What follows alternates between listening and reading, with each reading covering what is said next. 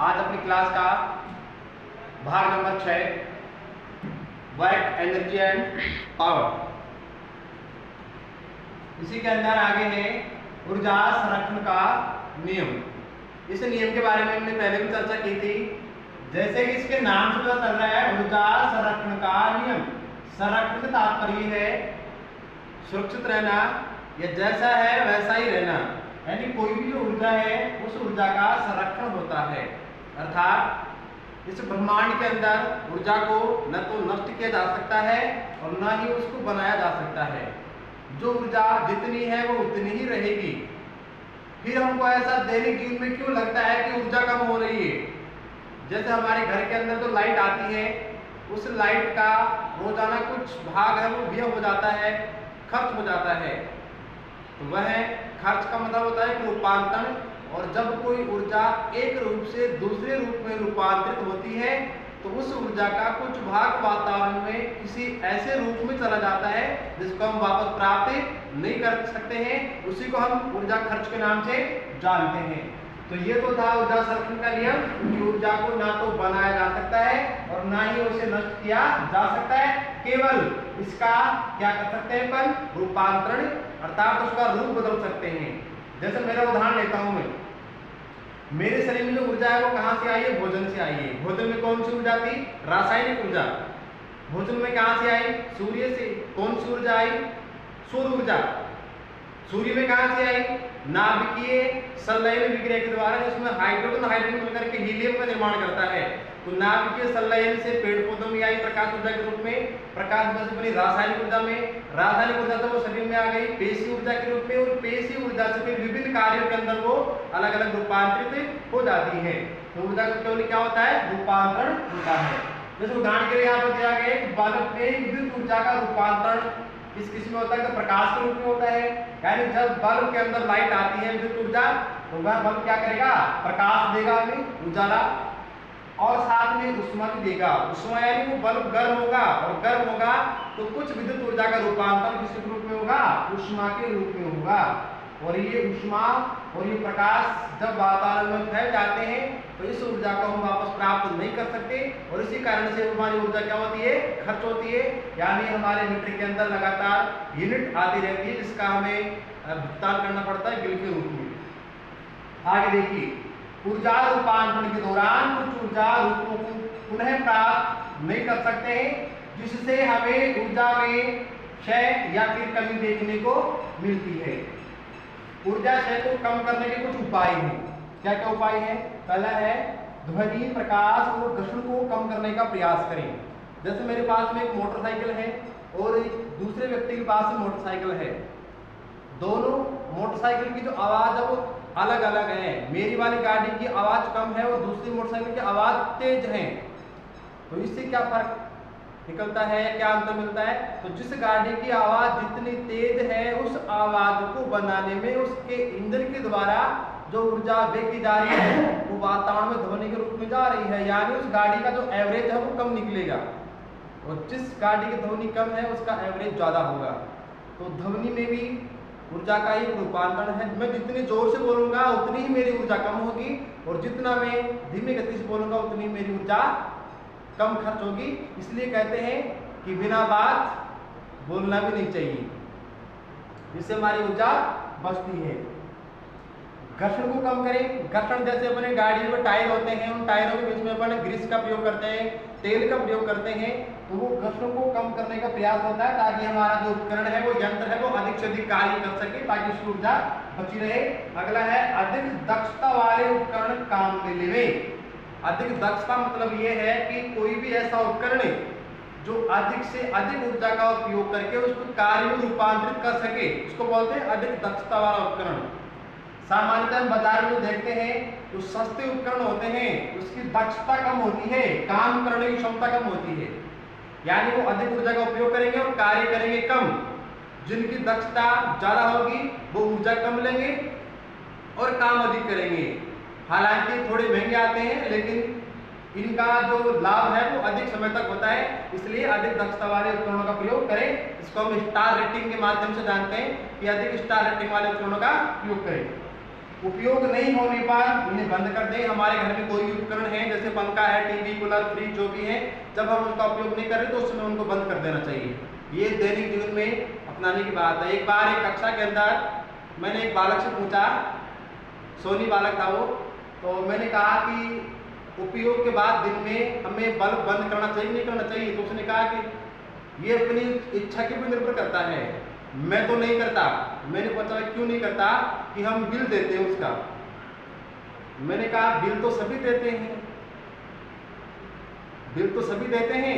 अगर आप बिजली बचाएंगे तो पूरे देश के लिए बिजली बचेगी और आने वाले समय में भी हमको भी प्राप्त होगी। अगर आप उसको यूं ही नष्ट करेंगे तो और किसी को बिजली को प्राप्त नहीं हो पाएगी। तब जाके समझ में आया और उसने कहा कि सर मैं आगे से जब भी आवश्यकता नहीं होगी तो उपकरण को बंद कर दूंगा। तो ये हमें दैनिक जीवन में अपनाना चाहिए और यह हमारी एक नैतिक जिम्मेदारी भी है। आगे देखिए, अधिक स्टार रेटिंग ये हो गया। जैसे अपने फ्रिज के ऊपर आपने देखा होगा, इसमें चल रहा है 5 स्टार, 6 भी आने लगे धीरे धीरे। तो 5 स्टार या उससे भी अधिक स्टार रेटिंग वाला अगर उपकरण है तो उसका भी प्रयोग करना चाहिए। थोड़े महंगे आते हैं लेकिन अधिक लाभदायक होते हैं, अधिक कार्य करते हैं, बिजली कम खर्च करते हैं। अगला है, आवश्यकता से अधिक बड़ा उपकरण काम में नहीं लेवे। जैसे मान लीजिए मेरे घर के अंदर 4 लोग हैं और मैंने इतना बड़ा फ्रिज लगा रखा है। अब 4 लोगों का सामान उसमें थोड़ा सा रखना पड़ता है, लेकिन फ्रिज बहुत बड़ा है तो उस बड़े फ्रिज के द्वारा अधिक मात्रा में ऊर्जा का व्यय होगा तो वो व्यर्थ जाएगी। इसलिए हमें आवश्यकता के अनुसार ही अपने उपकरणों को उपयोग करना चाहिए। अगर आवश्यकता छोटे की है तो हमें छोटा ही लेना चाहिए। प्रकाश के लिए हमें प्रयोग करना चाहिए एलईडी और सीएफएल का प्रयोग करना चाहिए। वर्तमान में एलईडी का खूब उपयोग चल रहा है। लाइट इमिटिंग डायोड, प्रकाश उत्सर्जक डायोड और ये कॉम्पैक्ट फ्लोरोसेंट लाइट, तो ये अधिक ऊर्जा को बचाते हैं। जैसे कि एलईडी की बात करें तो एलईडी है वो 5 वाट की भी आती है, 7 की भी आती है। और इनकी जगह अगर बल्ब की बात करें तो बल्ब है वो 60 या 100 वाट का आता है। तो 5-7 एलईडी की जगह एक बल्ब बराबर है। तो सोचो कितना बिजली का बचाव होगा इनका प्रयोग करने से। तो सामान्यतः इस समय सब जगह एलईडी का ही प्रयोग हो रहा है और जहाँ पर नहीं हो रहा है तो मैं कहूँगा कि वो इसका प्रयोग करें। घर को वातानुकूलित करने के लिए ऊष्मारोधी दीवारों का उपयोग करें। वातानुकूलित से तात्पर्य है जैसे सर्दी के अंदर अगर हम बात करें तो कुछ लोग अपने घर के अंदर बड़े बड़े हीटर चलाते हैं सर्दी से बचने के लिए। ऐसा क्यों? क्योंकि बाहर से सर्दी उनके घर के अंदर प्रवेश कर जाती है, उनका घर ठंडा हो जाता है। तो क्यों ना हम कुछ ऐसा करें कि हमारा घर हमेशा गर्म रहे। तो उसके लिए जो तरीका है वो यह है कि ऊष्मारोधी दीवार का उपयोग करें। ऊष्मारोधी दीवार क्या होती है? जैसे इस दीवार की बात करें तो ये दीवार पत्थर से बनी हुई है। पत्थर ऊष्मारोधी दीवार नहीं है। पत्थर बाहर की ऊष्मा को अंदर भेज देता है और अंदर की ऊष्मा को बाहर भेज देता है, यानी इसमें सर्दी गर्मी का संचरण हो सकता है। अब इसको ऊष्मारोधी कैसे बनाए? तो इस दीवार के अंदर कुछ हवा को भर दिया जाए। जब हम अपने दैनिक जीवन में ईंटों का प्रयोग करते हैं तो ईंटें अंदर से खोखली होती है, उन ईंटों के अंदर हवा भर जाती है और हवा है वो ऊष्मा का कुचालक होती है।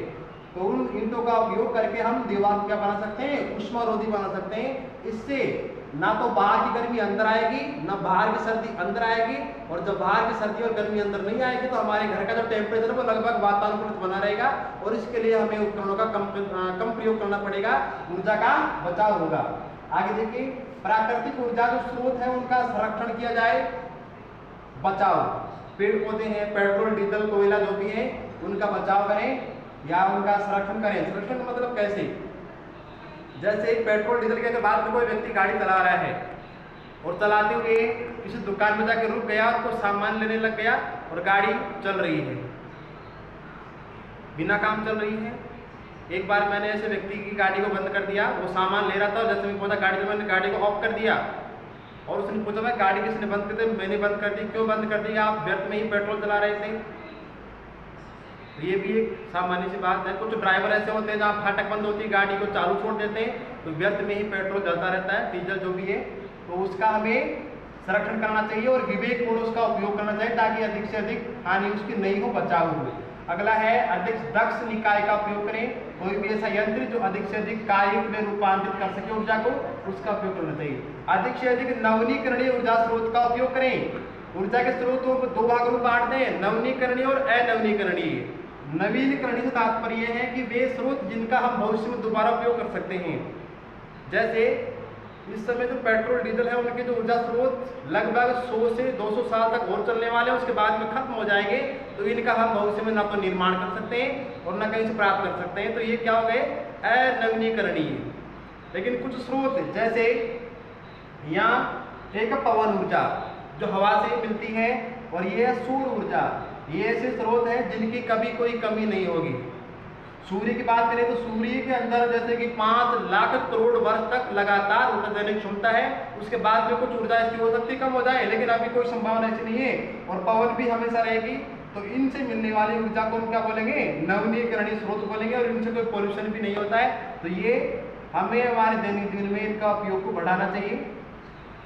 आगे बात करेंगे शक्ति, पावर क्या है, कार्य क्या है। तो सामान्य जीवन में हम इसका बहुत अधिक उपयोग करते हैं। जैसे कोई व्यक्ति अधिक शक्तिमान है या पावरफुल है, तो ठीक वैसा ही संबंध में 2 उदाहरण देता हूँ। 2 बालकों के, 2 बालक है, मैंने उनको कुछ कहा काम के लिए, और काम यह है कि आपको यहाँ से कुछ ईंटें उठा करके छत के ऊपर ले जानी है। दोनों को मैंने समान टाइम दिया 5 मिनट का। 5 मिनट के अंदर एक बालक 50 ईंट ले गया और एक बालक वो 80 ईंट ले गया। समय दोनों के लिए समान है, लेकिन कार्य दोनों ने अलग अलग किया है। तो जिस व्यक्ति ने अधिक कार्य किया है उसकी शक्ति ज़्यादा है, और जिस व्यक्ति ने उसी समय के अंदर कम काम किया है उसकी शक्ति क्या है, कम। तो सीधी सी परिवर्तन क्या हो गई, कार्य करने की दर को हम क्या कहते हैं, शक्ति कहते हैं, कार्य करने की दर।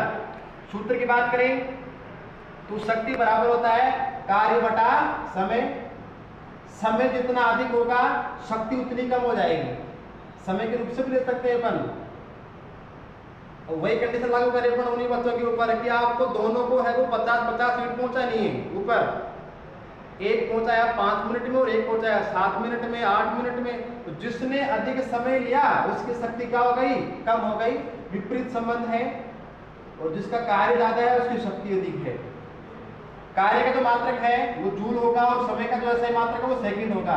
तो जूल बटा सेकंड यह आ जाएगा शक्ति, या फिर हम इसी जगह लिख सकते हैं वाट। तो सामान्य जीवन में हम वाट ही काम लेते हैं।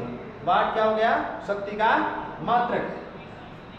अब 1 वाट क्या होता है, यानी प्रश्न आपसे पूछ सकता है 1 वाट को परिभाषित कीजिए, 1 वाट क्या है। तो 1 वाट का मतलब है किसी भी उपकरण के द्वारा या मेरे द्वारा अगर 1 सेकंड में 1 जूल कार्य संपन्न किया जाए तो मेरी शक्ति क्या होगी, 1 वाट के बराबर होगी। दोबारा से सुनिए, किसी भी उपकरण के द्वारा 1 सेकंड में यदि 1 जूल कार्य को संपन्न किया जाता है तो उस व्यक्ति की या उस वस्तु की जो शक्ति है वो 1 वाट कहलाएगी। और 1 वाट बराबर 746 HP बराबर 746 वाट। आपने दैनिक जीवन में सुना होगा, जैसे अपन सबमर्सिबल मोटर की बात करते हैं कि मोटर 5 HP की है, तो 5 HP मोटर का मतलब क्या है, उस मोटर के अंदर 5 HP हॉर्स पावर यानी घोड़ों के बराबर, यानी उसमें 5 घोड़ों के बराबर ताकत है, तो इसको बोलते हैं 5 HP। कोई मोटर 12 HP की है तो उस मोटर के अंदर 12 घोड़ों के बराबर ताकत है। और 1 HP का मतलब क्या है, तो 1 HP का मतलब होता है 746 वाट, यानी HP एक बड़ा मात्रक है। धन्यवाद, आज के लिए इतना ही था। और वीडियो अगर पसंद आए तो इसे आप लाइक करें, शेयर करें, कमेंट्स करें। धन्यवाद।